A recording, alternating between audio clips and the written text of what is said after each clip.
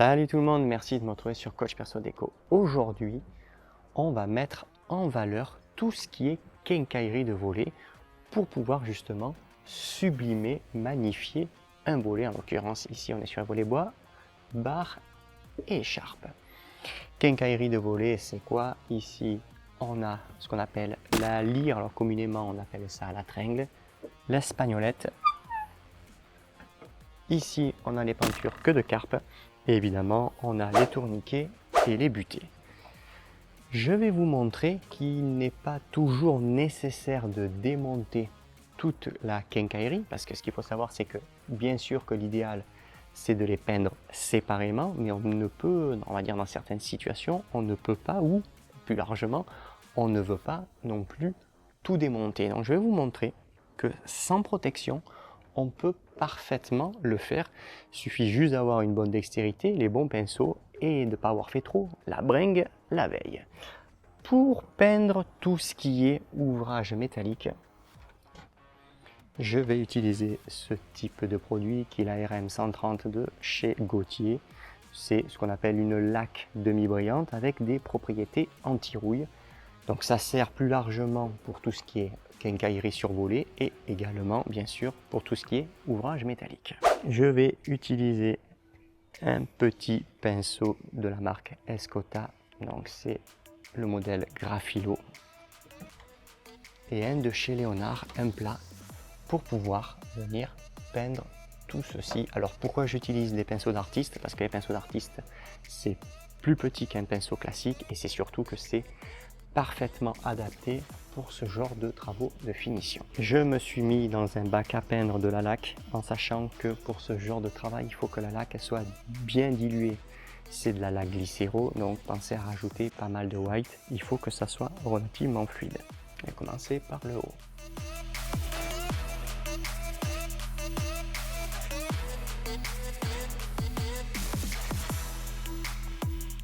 Et vous allez voir, voilà, que ça se fait très bien dessus. Vous allez voir que bien sûr qu'il faut de la dextérité, mais ça se fait, voilà, ça se fait très bien du moment également qu'on n'est pas exposé au soleil, que les volets, les ouvrages métalliques ne sont pas montés en température, parce que ça fait sécher beaucoup trop vite la laque en surface. Alors donc, avec le petit pinceau, voilà, je viens, je fais ce qu'on appelle un filet, vous voyez, si la laque est bien diluée, les pinceaux bien propres, voilà, ça se fait très bien.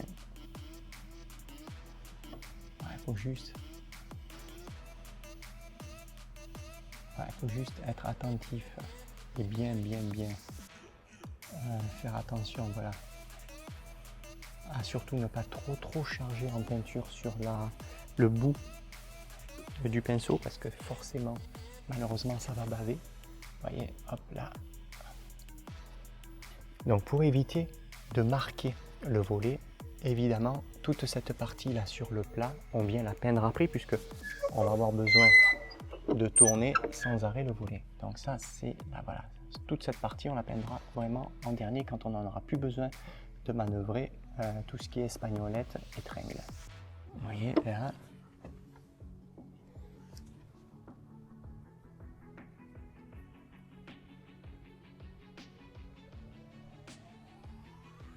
Donc ici, on va attaquer à peindre la tringle. L'un des gros avantages aussi d'utiliser une laque anti-rouille, c'est l'application, c'est-à-dire qu'elle nous laisse le temps de la travailler. On est sur une laque à séchage traditionnel, donc c'est-à-dire 24 heures. On a de l'aisance pour l'application et ça c'est important quand on fait on va dire ce genre de travail minutieux.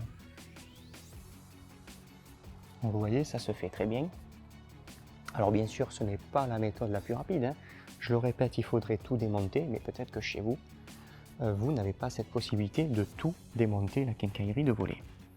Et vous voyez, grâce au pinceau d'artiste, à la différence d'une brosse de peintre, les soies sont, voilà, c'est tellement, entre guillemets, on est sur des produits là qui sont qualitatifs, les soies sont vraiment de qualité, et l'avantage, vous voyez, ça ne griffe pas la peinture, ça ne fait pas cet effet qu'on peut voir à l'application avec une brosse normale où ça fait cet effet un peu, voilà, cet effet un peu corde.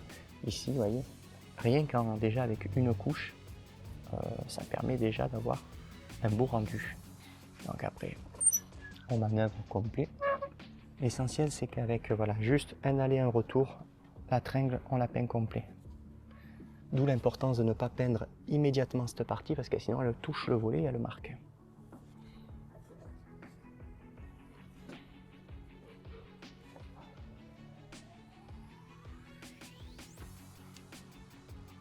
Voilà, donc je répète également, évitez à tout prix de le faire en plein soleil, alors surtout s'il fait très chaud.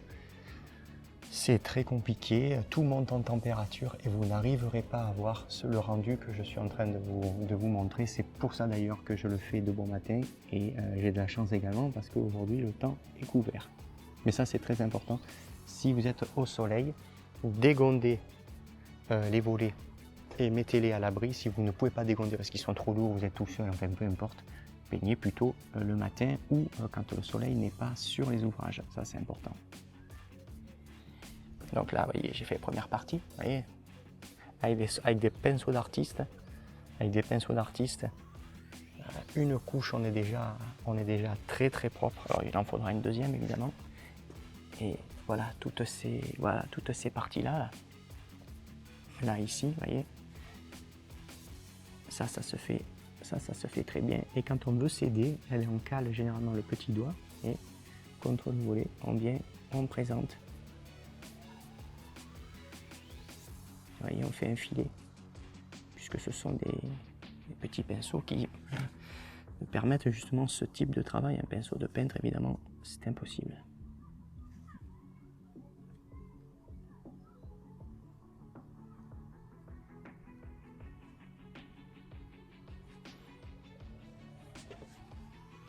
Vous voyez là, on cale, donc ça fait que je ne peux pas bouger.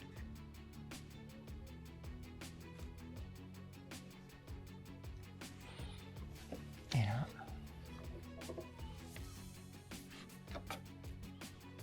voilà, si on a la patience, ça se fait. Et puis, bon, quelque part, ça se fait quand même en rapport évidemment on va dire, de la partie technique, ça se fait quand même assez rapidement. Là, ici.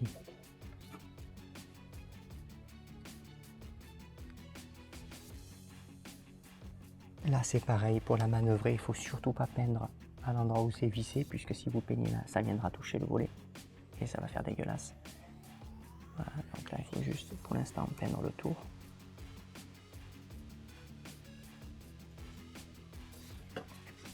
Donc toujours bien allonger la peinture, hein, puisque la laque, on va dire que ce soit une laque pour extérieur ou même une laque intérieure, ça a une fâcheuse tendance à couler. Donc attention, voilà, une laque, voyez, même si on est sur une brosse d'artiste, une laque, ça se travaille. Voilà, c'est ce qu'on appelle avoir de la longe, c'est-à-dire qu'avec un litre, on fait beaucoup de mètres carrés généralement. On arrive à faire entre 15 et 18 mètres carrés. Donc voilà, je veux dire, en laque extérieure, c'est pas, on consomme pas beaucoup de produits.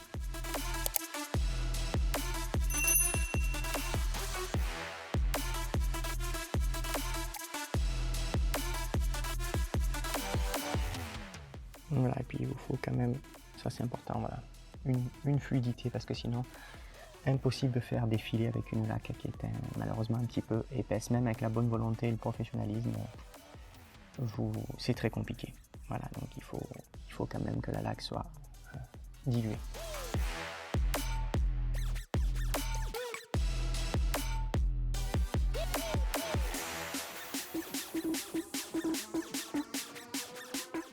L'avantage aussi de le faire sur place, c'est de pouvoir faire évidemment recto et verso du volet. Selon, on va dire, le type de quincaillerie qu'il y a, c'est forcément plus pratique que de décrocher son volet et de le mettre à plat. D'où l'intérêt également, voilà, de pouvoir le faire directement sur place. Chose importante aussi, si vous peignez, cette partie vient en appui sur le volet. Alors, concrètement, si vous peignez fin de journée, et que vous êtes obligé de fermer les volets, malheureusement, le matin, quand vous allez vous lever, sera séché, vous allez tirer, vous allez arracher. Donc pensez bien, cette partie-là, c'est à faire soit de bonne heure le matin, parce qu'il faut quand même 24 heures, donc en fin de journée, ça passera. Donc là, on est le matin, moi je vais la peindre, mais voilà, si vous peignez plus tardivement dans la journée, attention, ça risque de faire des dégâts.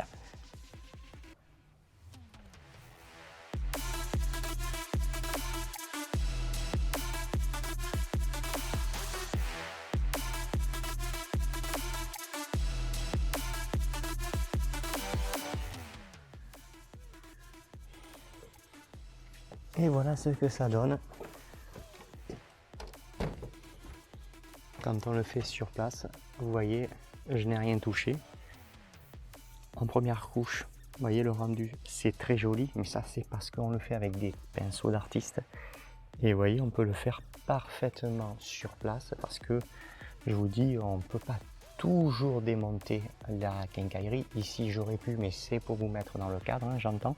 Mais voilà, voilà le rendu. Je vais laisser passer un petit peu plus de 24 heures et j'appliquerai une deuxième couche et comme ça on aura, on va dire, une protection qui sera équivalente à celle de la peinture de volet. Je vais vous montrer également comment on peint une peinture. Ici c'est une queue de carpe. Alors ce qui est important, et ça c'est pareil pour l'espagnolette et pour sa tringle, toujours un petit coup de papier vert, plutôt grain 180 pour on va dire rayer ici la peinture du volet et améliorer évidemment l'adhérence de la laque.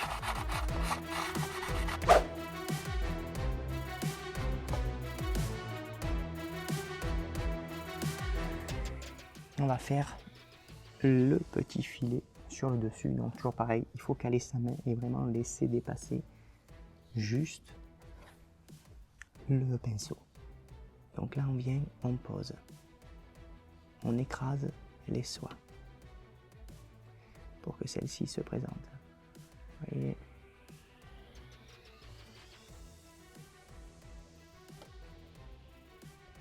Et là, je réalise un filet.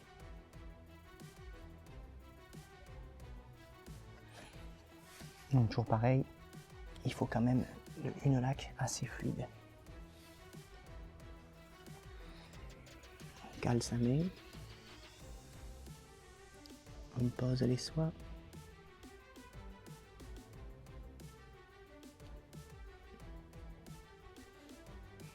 On pose bien les soies, on peint avec la base de soie.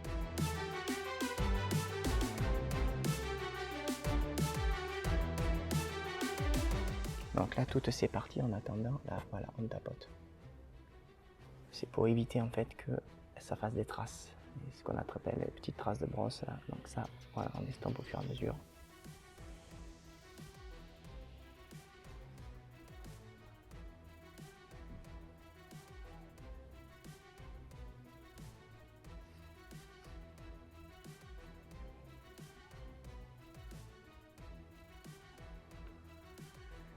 L'avantage également, c'est que, je sais pas moi, vous avez un volet dont les quincailleries sont peints dans la masse, et bien à tout moment, c'est quelque chose que vous pouvez faire. Donc là, moi, les volets, je les avais repeints, donc je le fais dans la foulée, mais je veux dire, ce n'est pas une obligation. Il faudra juste au préalable penser à lessiver l'ensemble avant de dire que vous peignez les ouvrages métalliques sur place.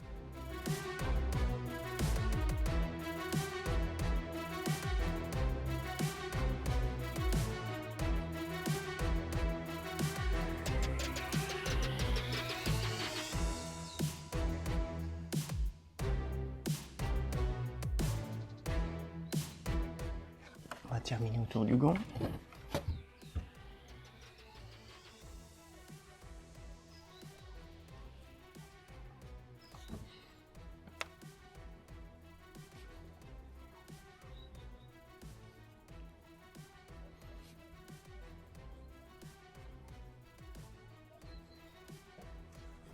Et là, je vais vous montrer cette partie, parce que si on le fait avec des brosses d'artiste, là vous voyez les soies sont assez courtes, quand on va venir faire le plat, en fait si vous voulez ça va vous faire des reflets une fois sec et c'est pas très joli. Donc là, je vais vous montrer comment, avec quoi justement on peint le plat. On va utiliser un tout petit rouleau, donc c'est 60 mm de largeur, c'est un 5 mm de hauteur, et en fait, je vais venir faire le plat doucement pour pouvoir bien estomper ce que je viens de faire. Je viens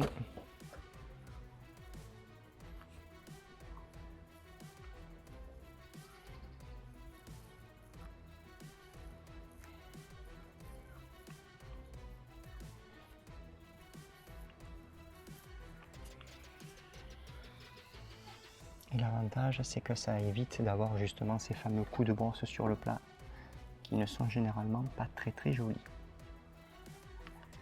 Alors que sur la traîne et tout ça, très concrètement, ça ne se voit pas. C'est trop petit. Voilà. Il ne reste plus qu'à laisser sécher, on va dire un petit peu plus de 24 heures. Un tout petit coup de papier vert, mais alors très fin, généralement grain 200, 220, s'il y a des petites bestioles qui se sont collées, parce qu'on est quand même en extérieur. Et à partir de là, on applique une deuxième couche, on va dire, pour augmenter la durabilité du film et d'avoir comme la même durabilité finalement que le volet, on va dire que ça s'équilibre en termes de film de peinture. Et à partir de là, eh bien, écoutez, voilà ce que ça donne d'avoir un volet. Donc là, on est en première couche. Et voilà ce que ça donne d'avoir un volet avec de suite les ouvrages métalliques de mise en valeur. Automatiquement, ça apporte un cachet supplémentaire au volet. J'appliquerai la deuxième couche et puis je vous montrerai le rendu final. La mise en peinture de la quincaillerie de volet est désormais terminée sur l'ensemble des volets. Et voilà concrètement ce que ça donne. Donc vous voyez, dès l'instant où vous faites ressortir directement tout ce qui est quincaillerie, donc là on est sur les pentures coudées, on a ici tout ce qui est tourniquet, eh bien, de suite ça apporte un cachet supplémentaire au volet, on va dire en lui-même, et également un cachet supplémentaire à la façade. Je vous fais le coucou et à bientôt.